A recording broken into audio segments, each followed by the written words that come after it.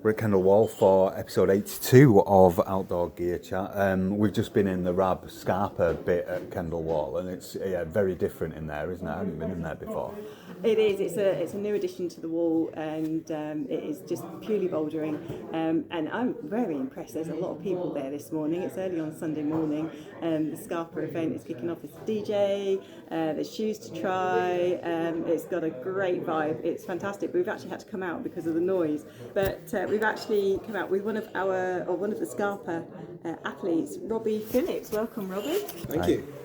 Robbie is a professional climber, speaker, YouTuber, and actually climbs incredibly hard at pretty much all levels, putting up new routes around the world in bouldering, sport climbing, trad climbing, wind climbing, big walling, you name it. So a real pleasure to talk to you today, Robbie, because you're going to help us bust some myths about rock boots. I'm going to attempt to. See what there is, yeah? No, I've seen your YouTube videos. I know you're going to help us. There is a big myth surrounding rock boots that they should be ridiculously small and uncomfortable. I mean, I subscribed to this when I started climbing, definitely, and ended up with feet so sore, I just couldn't concentrate on what my feet were doing. Do you hold with the no pain, no gain ethos? No, definitely not. I mean, basically, especially when you're going out climbing, you want to be comfortable, if you want to be performing. If you're in pain, you're not going to enjoy going climbing. I think it's actually really important for beginners, especially.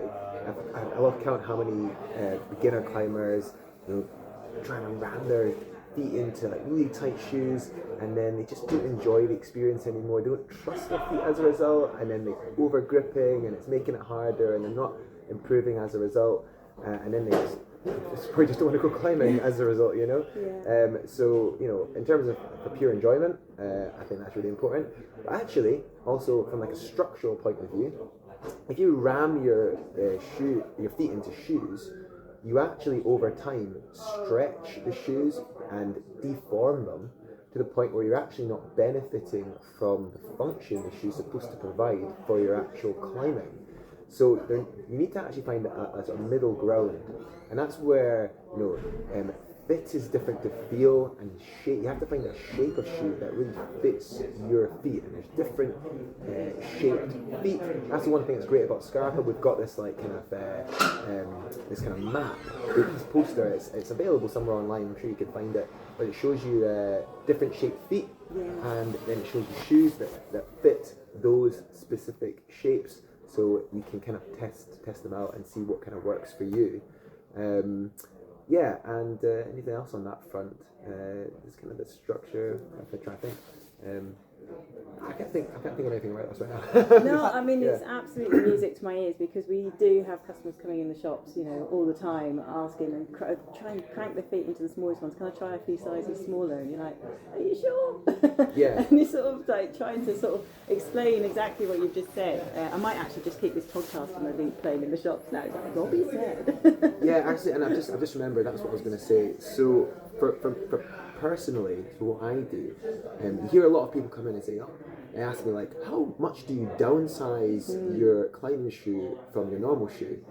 And this is funny. So I don't think you can really use that as a sort of metric for measuring, because it just doesn't work like that. Like, climbing shoes are just not the same shape as like a normal shoe that you use for walking around. If you want to know the truth, I'm actually a 42 in my normal shoes and a 41 and a half in my climbing shoes. Right. But you know what? I can squeeze my feet into a 40 and a half climbing shoe, and if I stick with it, those shoes will eventually stretch to become comfortable enough that I can climb in, but they will have lost their shape as a result. And I wear 41 and a half, and the key thing about these shoes is there's no real like pockets or gaps in the shoe. When it's on my foot, you will see that all around, it's tight all around, but I'm not in pain, and I am comfortable. This is what's really important, and I think everyone needs to understand this, that fit is different to feel.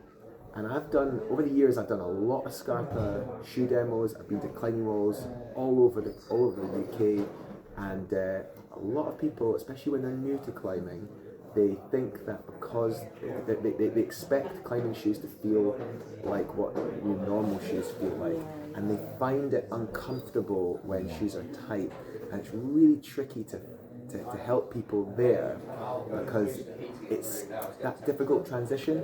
And what I would always say is it's better to go a bit more comfortable in those early stages than to try and force yourself into something that you're not comfortable wearing. So even if it's a little bit baggy, it's not going to be the end of the world. And I have been in situations when I've accidentally put on my mate's climbing shoes that were a half size bigger, so a 42. I never even noticed. I got on the wall and I still performed absolutely fine. It was still absolutely, and then I got down and went, oh shit, I'm wearing my mate's shoes, whoops, and they were 42, and I'm as I said, I'm a normal 42 in normal shoes, so it's fine. Yeah.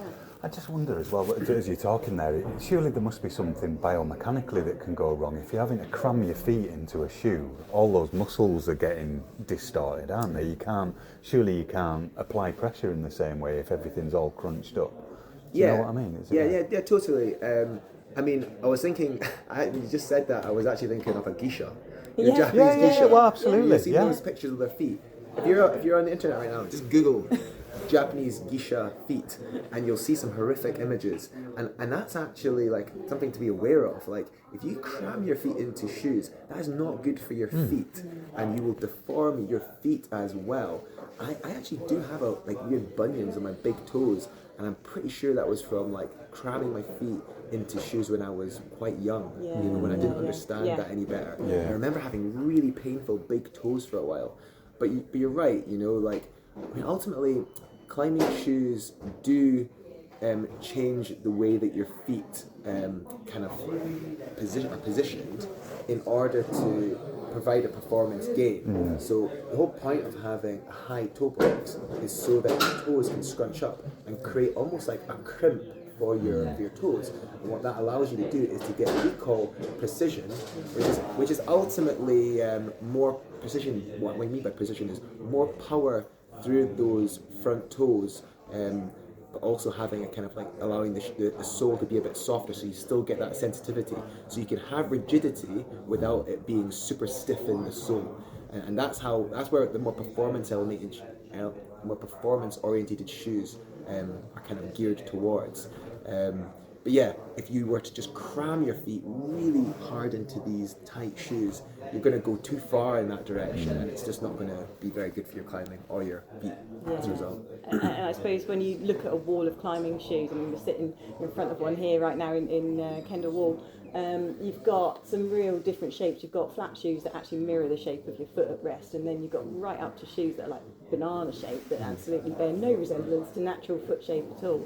And those are, excuse me, more of the performance shoes. And I know you're working with Scarpa and you're testing shoes and really working with a pair currently in development.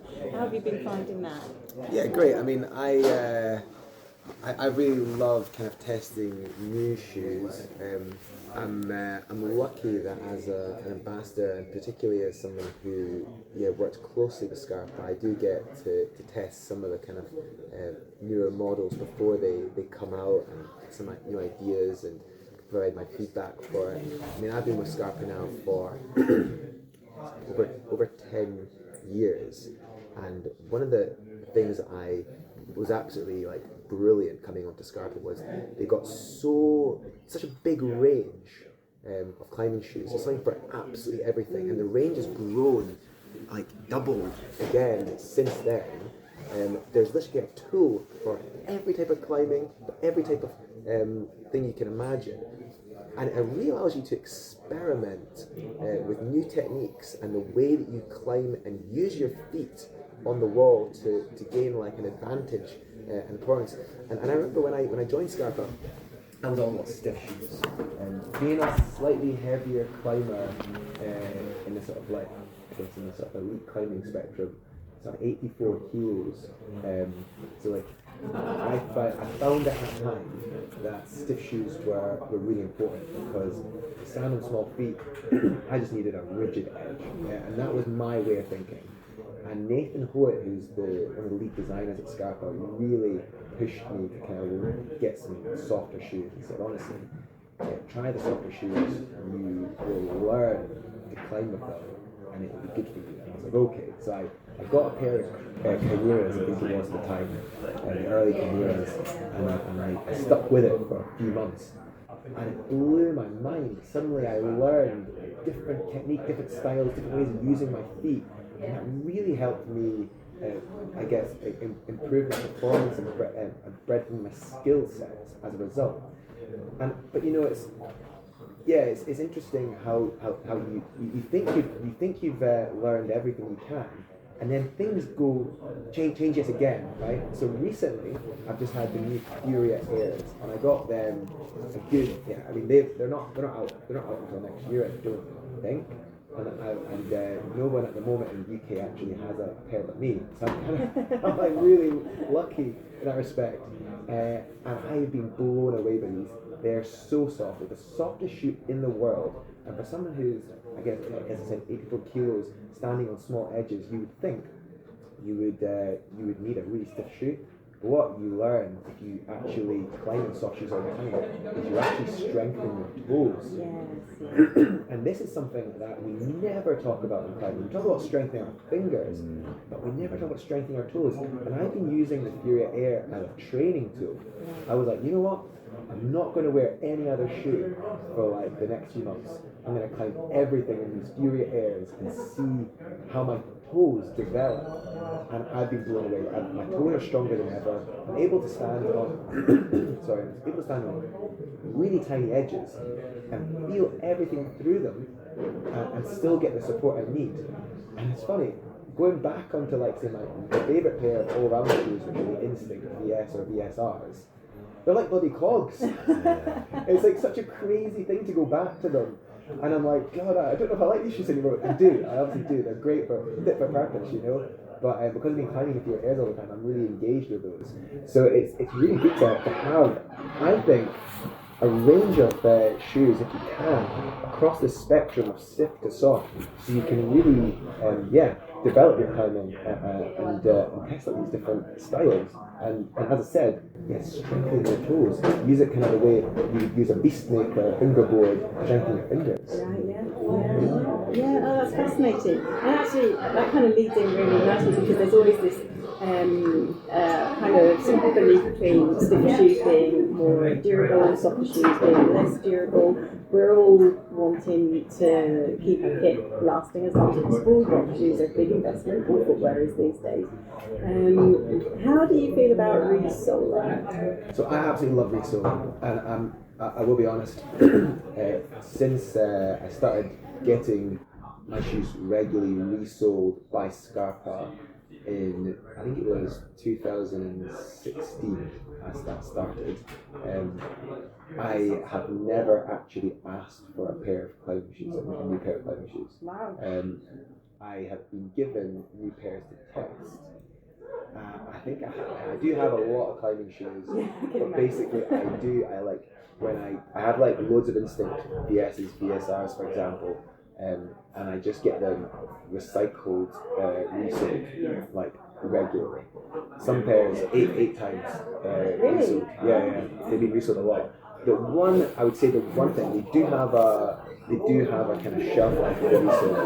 I think it depends on the type of climbing you're doing. I think once you get to about the 5th or 6th resole with a pair of Instincts, I've noticed that rigidity through the midsole, it kind of loses the plastic insert. It loses something. And even the resoles, you don't feel you do get that support through them. So there does come a time when perhaps it's good to get like just a new pair of shoes.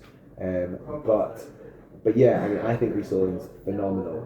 I actually think for the first 3, 4, 5 times you get a shoe resoled, they are what I would call better than new, because you've essentially got a shoe that is completely now molded to your foot. It's stretched in all the right ways for your foot, and when you send it away to the resoler, whoever it is, like Scarpa certified resoler, or Scarpa themselves, it feels glorious. The first time you put your shoe back on, you're like, oh, it's broken in, and it's got a brand new rubber sole on it. You know, it's fabulous. It's just great climbing. Brilliant. That's really interesting to hear. And actually, I'm just going to roll back just very quickly on the sizing. You were saying that you take a size 41.5 in your Scarpa shoes, and we're a Scarpa Pro store, so we actually have in stock all of those European sizes, all of those half European sizes as well. So if you are getting those shoes, you can come into the stores, you can try on half size up, half size down. You can really dial that fit. You know, there may be happening in stock as available to try on. We kind of recommend customers if they buy online, perfect, do so. But if you can come into the shops, come in with lots of time. We've got holds. You know, people can try the shoes on the holds in the shop, and you can try that half European size up or down just to make sure you get that fit and that sort of glove feel around your foot, and just to make sure you go out, have comfy feet, and enjoy the climbing exactly as you say. It's perfect. All we want is people not being in pain like we were when we started out, basically. Robbie, thank you so much for taking the time to speak with us, and thank you also to your sponsor Scarpa for making this possible. It's been great to chat with you here at Kendal Wall. If you would like to know more about Robbie, you can search and check out his website at robbiephillips.com. It's actually RobbieClimbs.com. RobbieClimbs.com, sorry, that's because I've taken my glasses off. And if you are wanting to get some new Scarpa shoes and add to your collection, then you can find the whole range available at www.climbsshop.com. Or if you're getting into the sport and you want to know more, there's loads of free resources at jbrown.com.